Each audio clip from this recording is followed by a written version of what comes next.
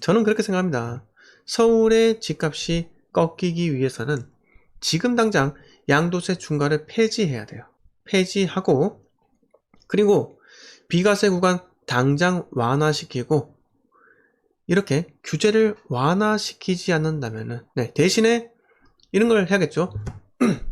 팔아야 되기 때문에 배수의 진을 칠 수 있도록 이제 막다른 골목길 제시하는 거죠.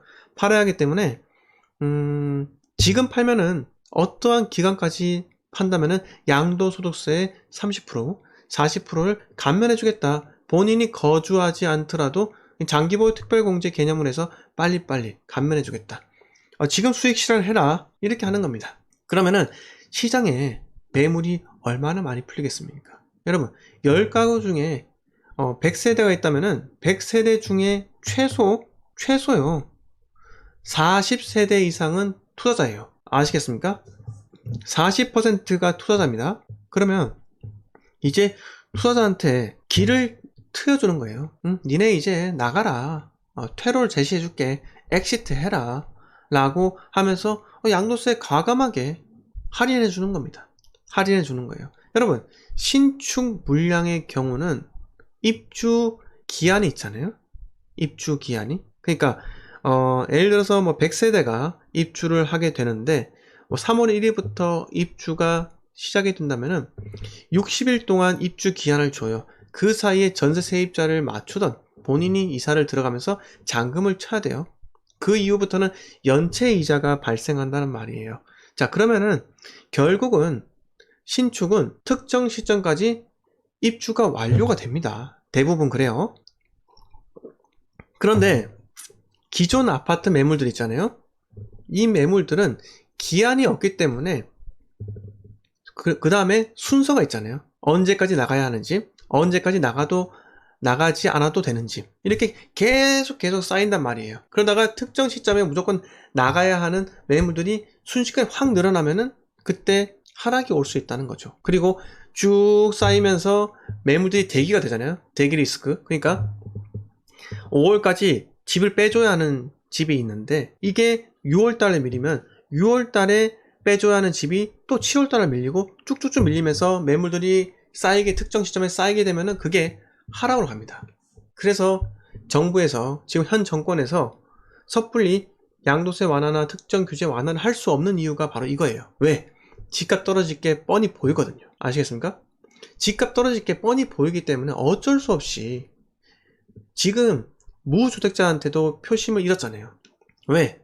벼락거지가 되었으니까요.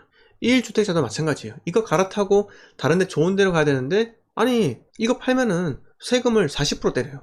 예? 아니 보통 서울에서 2017년 이전에 집을 산 사람도 있잖아요. 그때 그냥 오른다 해가지고 샀어요. 7억짜리 집을. 지금 15억이에요. 8억이에요. 40% 냅니다. 세금. 그러면은 3억 2천 때려요. 비과세 구간 생각해가지고 2억 때린다. 많게 2억 때린다 생각해요. 그러면 8억의 차익에서 2억을 때린다. 그럼 6억이잖아요? 6억이에요. 그런데 기존에 자기가 대출 이자 있고 뭐 해가지고 갚았다. 라고 하면은 자산이 줄어드는 거예요. 그러면 이 사람이 집을 팔고 이사 갈 수 있습니까? 못 간다니까요. 그래서 1주택자에 대해서 양도세 비과세 구간 12억을 완화를 시켜줘야지만은 이 사람들이 이사를 나갈 수 있어요. 그러니까 특정 시점에 무조건 팔아야 되는 매물들이 많이 늘어나야죠. 그렇기 때문에 집값이 안정시킬 수 있다. 이 말씀을 드리고 싶어요. 네, 그쵸. 이 양도세 완화 문제는 국토부에서 결정하면 되는 문제이기 때문에 아마 대선 이후에 신임 국토부 장관이 이런저런 플랜을 펼쳐서 아마 수립할 겁니다. 네, 수립할 거고. 하지만 이 세제 개편들 있잖아요. 세제 개편들. 지방세나 국세를 개편하는 거는 국회의 동의를 받아야 하기 때문에 내년에 대선에서 정권이 바뀐다 하더라도 의석수는 동일해요. 2024년에 투표를 하기 때문에 2024년 총선이기 때문에 그때까지는 유지가 된단 말입니다. 그래서 여소야대 국면으로 한참 가야 되기 때문에 혼동의 시기가 올 수 있다. 하지만은 또 어떻게 뭔가 아다리가 잘 맞지 않아서 현 여당이 민주당이 해줄게 이런 식으로 가버린다면 또 골치가 아프다는 겁니다. 골치가 아프다는 거죠. 그렇죠. 1억콩님께서 15억 정도는 해줘야 가능할 듯. 네, 1억콩님께서 이렇게 말씀하셨고요. 집값만 억수로 올려놓고 세금 뜯느라 신난 정부. 네, 여러분들 제가 하나 더 말씀을 드릴까요? 자, 장기보유 특별공제 있잖아요. 장기보유 특별공제. 많은 분들이 기존에 내가 주택수가 3채가 있다고 하면은 한 채, 2채 팔고 마지막 한 개 주택을 팔면은 한 개 주택이 비과세 플러스 장기보유 특별공제를 받을 수 있다. 이렇게 알고들 계신데 실제는 지금 법이 바뀌어서 그렇게 되지 않습니다. 자, 3개의 주택이 있는데 그 중에 일시적 1가구 2주택이란 조건이 없다면요. 3개의 주택 중에 2개의 주택을 다 팔잖아요. 그러면 마지막으로 판 주택 시점부터 다시 보유기간이 기산이 돼요. 그러면 장기보유 특별공제가 없어진다는 말하고 똑같다는 거예요. 자, 이 말이 뭐냐? 여러분들, 이 말이 뭡니까? 세금을, 보유기간을, 기산점을 바꾸겠다는 말은 세금을 더 걷겠다는 말이에요. 지금 양도차익이 워낙 크니까요. 양도소득세가 워낙 크잖아요. 그러면은 장기보유 현재로 해서 장기보유 특별공제로 적용을 시켜주면은 세금을 적게 내니까 정부 입장에서는 지금 현재 세수 확보가 절실하거든요. 여러분, 그런 뉴스 보셨습니까? 지금 태양광 있잖아요. 태양광 정부 지원금 뭐 국비 얼마, 시비 얼마 해가지고 이렇게 지원을 해줘가지고 태양광 사업을 많이 하도록 합니다. 태양광 사업 왜 하라고 할까요? 여러분, 태양광 사업을 왜 하라고 할까요? 왜 현 정권 들어서 태양광 사업을 많이 하라고 할까요? 뭔가 이유가 있죠. 다 이유가 있어요. 원전 진행시키고, 물론 원전은 장기적으로 봤을 때는 탈원전 하는 게 맞죠. 탈원전 하는 게 맞아요. 왜 그렇습니까? 위험하잖아요. 위험해요. 네. 사고가 나면은 돌이킬 수 없는, 씻을 수 없는 상처가 됩니다. 네. 일본처럼 지진 나면요. 하지만 지금은 전력 수요 대체를 할 수 있는 신재생 에너지가 없는 거예요. 에너지가 없는 겁니다. 아니, 풍력발전소 있잖아요. 여러분들 그냥 바람 세게 한번 불면 풍력발전소가 잘 돌아가는 생각하세요? 그게 아니에요. 풍력발전소는요, 바람이 고르게 꾸준하게 불어줘야지 그게 풍력발전소로 역할이 제대로 되는 겁니다. 태양광이 꾸준하게 아침 6시부터 저녁에 해가 질 때까지 꾸준하게 일주랑에 있는 곳이 태양광 발전이 되는 거예요. 그래서 미국 같은 경우는 저기 우리 그랜드 캐년 이런 데 있잖아요. 그런 데다 태양광 설치하고 하는 거예요. 네? 그런데 우리나라는 태양광이랑 풍력이 해당이 잘 안 돼요. 왜냐면 바람도 이쪽 저쪽에서 많이 불어오고 바람이 북서풍 왔다가 편서풍 왔다가 왔다 갔다 하잖아요. 왔다 갔다 하기 때문에 바람의 강약도 왔다 갔다 하잖아요. 그렇기 때문에 안정적이지 않다. 그러니까 한 번에 이 원전도 대체가 안 되는데 문 닫는다? 갑자기 탈원전 선언해가지고 원전 해체 연구소 도입을 한다? 이게 정말 어렵습니다, 여러분. 대안이 있고 해야지. 대안이 없으면요, 그게 정말 어려워요. 자, 여러분 전기차 혹시 타십니까? 전기차 타시는 분들 한번 고민해 본 적 있어요? 1000세대 아파트에 지하 주차장이 2대가 있어요. 보통 1.3대 1이라고 하잖아요. 그러면은 1000세대가 있으면 1300대가 주차 대수라고 한다면은 그 중에 한 10대? 20대밖에 전기차 충전소가 없어요. 그런데 정부에서 원하는 그거있죠. 전기차 보급률을 10%, 20%가 늘린다. 이렇게 되잖아요. 어떻게 되는 줄 아세요? 아파트 1000세대 중에 20%, 그러니까 집에 한 집당, 한 가구당 차가 한 대 있다 가정하고요. 전기차가 200대 있다고 생각해 보세요. 그러면은 아파트 1000세대에다가 소형 원자로가 필요합니다. 소형 원자로가 필요해요. 그거 생각해 보셨습니까? 여러분들 아파트 지하 주차장에 소형 원자로가 필요하다니까요. 그 정도로 전기차가 그냥 단순히 전기만 주면은 가는 그런 개념이 아니에요. 그게 무슨 미니카입니까? 아니에요. 엄청나게 사회적인 인프라가 잘 되어야 한다는 거죠. 여러분들 아시겠습니까? 그냥 무작정 탈원전 안 돼가지고 답이 아니에요. 물론 원전을 대체하는 무언가 나오면 좋죠. 근데 아직까지 과학기술로 그게 나오지 않았잖아요. 아셨죠? 네. 자, 레발 랑도르님께서 발전업에 대해서 잘 압니다. 신재생은 원할 때 전기 생산 못합니다. 어떤 신재생도 마찬가지입니다. 이건 팩트입니다. 저도 그렇게 동의합니다. 동의를 해요. 자, 우리나라가 정말 전 세계적으로 원전 하나만큼은 기술력을 인정받습니다. 원전 하나만큼요. 다른 나라보다 독일, 프랑스, 그 유럽 강국들, 중국, 일본 넘어서 우리나라 원전 기술이 세계 최고예요. 그런데 우리나라 원전을 기술을 수출도 하고 있잖아요. 그거를 하얀길로 사양산업으로 하고 한수원 사람들 지금 벌벌 기고 있습니다. 벌벌 떨고 있어요. 왜? 일자리 잃을까봐요. 그렇습니다. 아니 일자리 늘리겠다 해놓고는 정작 한수원 같은 경우는 지금 일자리 잃게 생겼어요. 여러분. 자, 그리고 지금 현재 정부에서 우리나라 정부에서 수소차와 전기차 투트랙을 합니다. 수소 전기차예요. 그러니까 수소로 탱크에 자동차 탱크에 수소 탱크에 수소를 집어넣고요. 그 수소가 분해를 하면서 전기 배터리에 충전해서 가는 구조가 수소 전기차예요. 그리고 그냥 전기차는 단순히 전기만 충전해서 가는 겁니다. 그런데 수소 전기차는요. 수소만 넣으면은 돼요.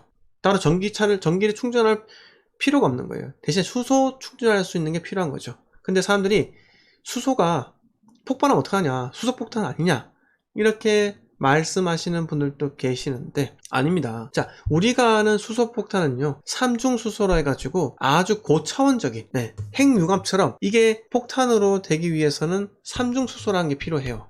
그렇게 만들어져야 돼요. 수소가 삼중으로 이렇게 돼 있는 게 그거 보고 하는 건데, 자, 전문적인 거는 제가 잘 모르겠고 아무튼 간에 그냥 수소 탱크 있잖아요. 수소 탱크에서 불을 붙이잖아요. 어떻게 되겠습니까? 그냥 불 붙어서 하늘 날아가요. 하늘 날아갑니다. 폭발하는 게 아니고 그냥 이게 공기보다 가볍기 때문에 하늘로 뿜어져 올라간다는 겁니다.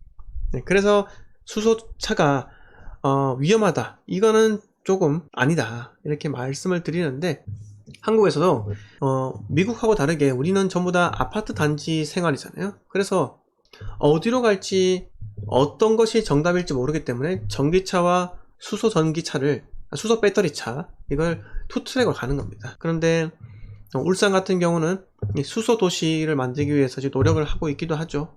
그래서 아마 정부에서는 지금 기조가 탈원전 한다 뭐다 해가지고 지금 전기 생산량이 줄어드는지도 모르고 이렇게 파티를 하고 있잖아요. 그래서 전기차가 조금 어려워질 수 있다. 지금은 큰 문제가 안 되는데 나중에는 좀 문제가 될 수 있고, 뭐 일각에서는 아니 주유소에서 전기차 배터리를 계속 교환해주고 하면 되는 거 아니냐 이렇게 하셨는데, 그러려면은 전 세계적으로 테슬라, 아이오닉 등등 여러 차종들이 배터리를 표준화를 해야 돼요. 표준화. 그 다음에 이 배터리가 그 교환을 하잖아요. 그러면 나중에 이 배터리가 발화가 돼서 뭔가 차량이 전소되거나 일부 파손이 되거나 이럴 경우에 책임 소재가 불분명하다는 겁니다. 이게 보험사의 잘못인지, 보험사에게 귀책이 있는 건지, 아니면 자동차의 귀책이 있는 건지, 아니면 배터리사의 귀책이 있는 건지, 아니면 소비자의 귀책이 있는 건지, 이게 불분명하기 때문에 배터리로 교환하는 것은 사회적으로 대타협이 필요하기 때문에 조금 어렵다고 이렇게 말씀을 하는 전문가도 있더라고요. 지금 부동산 이야기를 해야 되는데 이거 뭐 다른 소리로 이렇게 흘러 들어가가지고 그래도 저는 여러 가지 이야기를 해드리고 싶어요. 여러분들, 부동산은요 한쪽만 보면 되는 게 아니라 여러 가지 사회, 경제, 정치 이쪽 측면에서 에너지 분야 여러 가지 두루두루 봐야지 우리가 미래를 읽을 수 있는 이런 시야 이렇게 틀릴 수 있거든요. 그래서 여러분들 그냥 단순하게 부동산 섹션 이거만 보지 마시고요, 여러 가지 사회면도 보셔야 한다. 하물며 범죄 이런 것도 보셔야 돼요. 아시겠죠? 자, VB님께서 한수원 근무 중인데 걱정 안 해요. 걱정 안 함. 근데 원전 필요함. 원전 절대 필요함. 저도 그렇게 생각합니다. 한수원 잘릴 걱정 없음. 탈원전에도 인력 필요. 이렇게 말씀하셨는데 부디 그렇게 되었으면 합니다.